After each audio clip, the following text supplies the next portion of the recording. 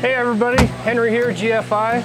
Decided we'd take you through a tour of our mold library and kind of give you the ins and outs of it. I figured we'd start with a little bit of history on how we used to do it. This is our alligator press, that's what we call it anyways. Now on the inside we have high density foam, and what we'd have to do in the past, we use a t-shirt press, we'd heat up a piece or 2 pieces of Kydex. Take one piece, we'd put it down, grab our mold, put that on top of that hot piece of Kydex. Next one, slap it on top, close this guy up, and then clamp it down.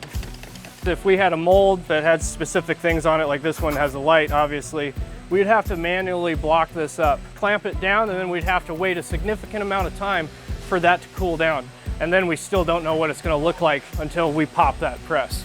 Getting into some of the aspects of doing it the new way. So what we do, we'll get a gun in, do a structured 3D scan. From there, we send it to our engineer. He can build out all the negative space. They put it in CAD, and then we make a mold. Now it's all built out, ready to be pressed. Now, this new way is really nice because we're using negative pressure with the vacuum. So once we get the hot Kydex on top of our mold, hit a button, it'll suck all the air out and it'll pull that Kydex down onto the mold. It allows us to get much better definition, and we can also put in different components of our holsters, like the contours on the Ronin outside the waistband holster, whereas we'd have to do that by hand before. This being air cooled, we can get way more holsters out per hour than we can doing it the old way. All right, next thing we got to talk about are the stencils. This saves a lot of time, especially if you do it right the first time getting these done. So basically how these work, we press another layer on top of that. After it's pressed, we can lay those right on top of the mold with the Kydex we pressed on there. Trace along the lines on the edge of the stencil. Now we don't have to hand lay it out with every single one.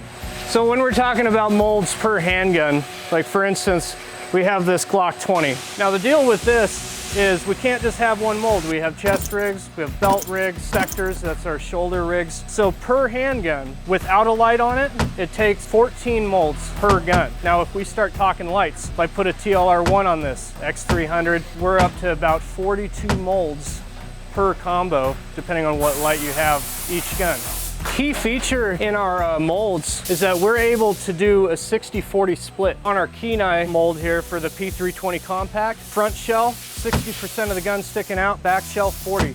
Makes it a little bit more flat on your chest, helps a lot with comfort. Now when we talk about wheel guns, go over here, we got a Raging Judge, it looks like. Because of the cylinder and the thickness of them, we do a 70-30 split on these. Something in the past we were not able to achieve doing it the old way. All right guys, just wanted to give you a small taste on what goes into each of our molds. We're up to over 270 handguns now, so we are constantly cranking these out. Thanks for joining us. Check us out at gunfightersinc.com.